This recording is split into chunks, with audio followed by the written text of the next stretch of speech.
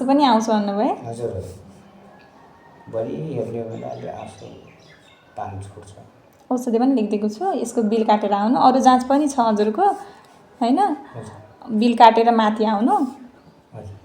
मलाई चाहिँ त्यो देखाउनु बिल कटेको चाहिँ अनि त्यसपछि चस्मा हेर्ने है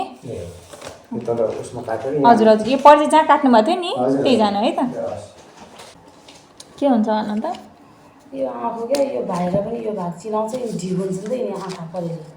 यिनी भस्मै चिलाउँछ भित्र पनि चिलाउँछ यो कुनापट्टि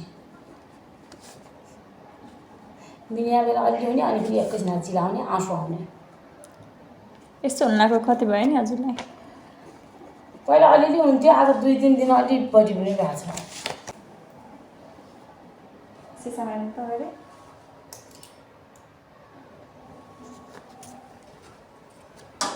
यो देख्नु भएको छ सिसामा हेर्नु कि हजुर ऐनामा यस देख्नु भएको छ हजुर यसको मुख कता काट्दै छ भन्नु त तलतिर काट्छ हातले गर्ने है यो कता काट्दै छ यो यतातिर यो यतातिर यो यतातिर यो उँधोतिर यो उमातिर यो यतातिर यो यतातिर यो उतातिर यो देखियो यो त्यो पहिलाको यतातिर यो पछाडिको यतातिर त्यही उँधोतिर यत्तिकै राम्रो कि यत्तिकै राम्रो कि लाउँदा राम्रो कुन राम्रो भन्नु त हजुर यो लाउँदा राम्रो कि निकाल्दा राम्रो यो निकाल्दा निकाल्दा राम्रो यसोसँग हेर्नु यो कता हुन्छ त यता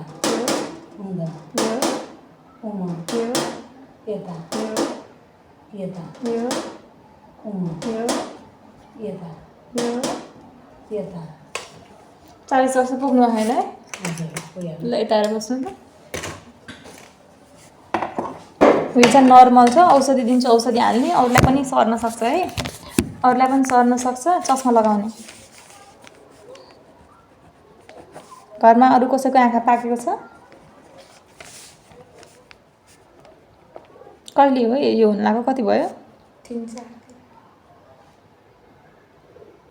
चस्मा निकालेर लैजाने है चस्मा लगाउने यो हावाले हानेपछि झन् सन्चो हुँदैन त्यो तल इमो फार्मेसीमा पाइन्छ नै चस्मा यहीँ पाइन्छ बिल काटेर आउने बिल काटेर माथि आउनु है त्यो तल बिमा दिएर हो त्यही माथि हेर यता साइडमा हेरेर कुनामा टाउको फर्काउने होइन कि आँखामा आँखा मात्र उता फर्काउ फेरि यता तल हेर तल हेर त तल हेर तल हेलो माया लुज अहिले चाहिँ 5 बजिसक्यो म चाहिँ नास्ता लिन जान्न छु कस्तो अहिले चाहिँ पानी पर्ने जस्तो अरू बेलामा चाहिँ 5 बजीतिर घाम लाग्थ्यो घामै हुन्थ्यो भनौँ अहिले चाहिँ यस्तो भएछ अँध्यारो भइसकेको छ जाडोको जस्तो त्यहाँ आइराखेको छ बाबु 2 hours later गाइस म चाहिँ फर्किसकेको छु सामान लिएर आइसकेको छु मैले चाहिँ अब म हस्पिटल पुगिसकेँ अब जान्छु माथितिर मलाई अङ्कलले कसरी हेरिराख्नु भएको छ म देखाउँछु है